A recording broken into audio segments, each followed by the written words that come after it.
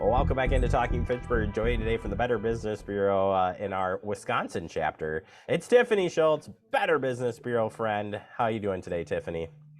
I'm good. Thanks for having me to talk about these important subjects today. Ooh, and we got a good one here for you. It's the startup costs to consider as a new business owner. So, starting this year, Tiffany, to remind folks, the Better Business Bureau definitely wants to help consumers stay safe and make good decisions, but also it helps out businesses as well. So, each month we're doing 2 consumer updates and a business update. So, for a new business owner, if you're starting up a new business, there are a lot of startup costs, so many things that you kind of got to get ready to go before you start things up. And today we're going to kind of run through that. So, BBB, where do you start when you're even thinking about starting a business? We're all familiar with some of the startup costs that we're going to incur when we start a business. And under that excitement of starting a new business, we may forget about some of the costs that are bound to creep up. And let's talk about equipment. You usually can't operate a business without equipment. And that means an internet connection and a computer, a laptop. If you have employees, it's multiple computers. So go ahead and budget for that figure. You can probably look at spending about $1,000 for a nice laptop. You need a printer. You need that internet connection. So that's just to get started on communicating. Yeah, equipment costs, indeed, especially depending on what you're doing. I mean, that could be very costly indeed. So you got to want to get that kind of spelled out, if you were. The next one, which I think is sort of the trickiest one, but you got to get a better understanding of it, is incorporation fees. And there's so many different versions of this. So how do you pull that together? That would be your legal entity. So some businesses choose to operate as a sole proprietor, and there's tax benefits to do so. But if you wish to operate as an LLC, a corporation, or any of the other legal entities, you're going to have to file your articles of incorporation with the Wisconsin Department of Financial Institutions. And there is a small cost to do that. You can go right to their website and go ahead and work through the application to file your legal entity. And different legal entities provide different tax benefits. So it's something that you want to talk about with your accountant before you go and file one over the other. And make sure you continue to file it. Like there are rules associated with that too. So it's something that you gotta stay up with as well. Inventory, next one. This is interesting. Again, this is going to vary depending on what you're doing and providing for services or goods. But good inventory of everything is crucial to you starting up your business. Right. It's advised to take a good look at what you expect to sell within the first year of your business. So, and go ahead and plan from there. You may want to hold 25% inventory, maybe creeping up a little bit more, but it could be a rather significant portion of your budget to go ahead and stock your store or stock your business with the inventory that you're going to need. You don't want to have to hunt down inventory if a customer needs it. Time does kill deals. If you can't produce it right away, that customer may go on to the next business to find it immediately. Yeah, and budget purposes too, like you said. I mean that it's hard to budget things to begin with, and just trying to figure things out. You got to know those things before you get started. Office space, certainly it varies depending on what you're doing, but office space interesting now because there's a lot of things being done at home, but still you need to consider these things no matter what you pick. This is really going to vary significantly, community by community, what your space needs are. If you're a single operator, it may be something that you do from home, but do you really want to do it from home?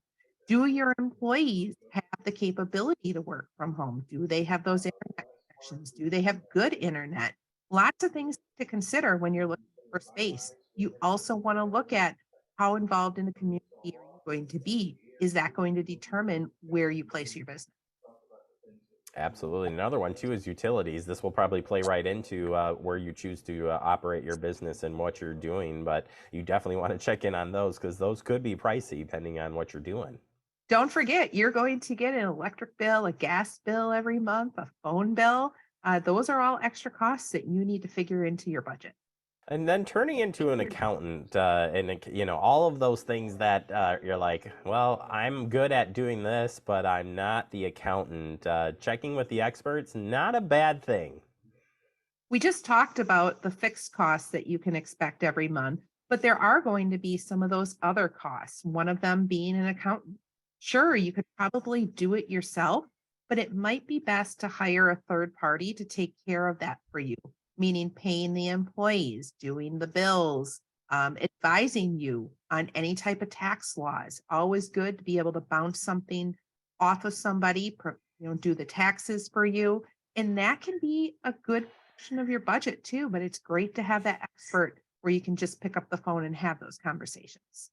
Absolutely. There are so many things you don't want to do wrong when it comes to bookkeeping, and especially when it gets into the tax season and whatnot. It's just easier to use that accountant when you can. We'll turn to marketing here quickly. Marketing, a whole separate entity on itself, but we're talking, are you going to have a web presence? You're going to need flyers. Are you going to be billboards? All these things you got to consider because they're pricey.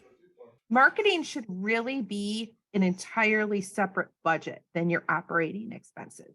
You do want to have a website. There are some free platforms out there, but those are basic. How customized do you want to get? Do you have an e-commerce site? Do you want an e-commerce site? That's going to take time for somebody to build you a customized site.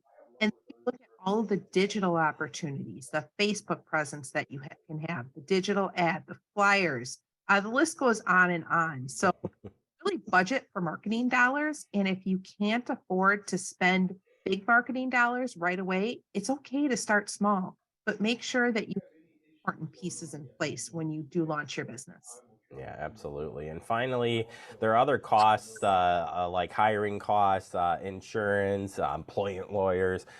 Again, spelling these things out in advance are really important because, again, depending on what the business is, these are hitting costs potentially that you may not have even figured out, or you're like, oh my gosh, the premiums, what?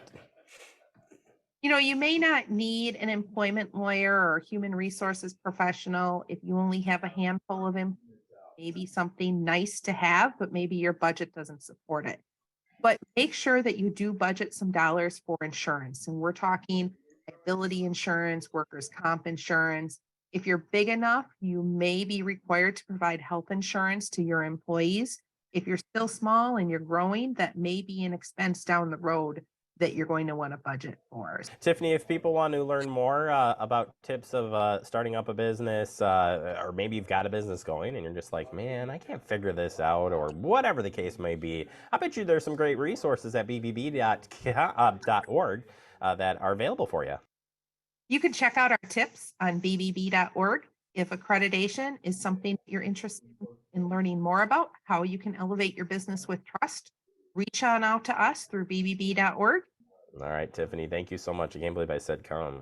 How many times have I been with you and I couldn't get that down? .org. And yes, thank you as always, Tiffany. Thanks for having me.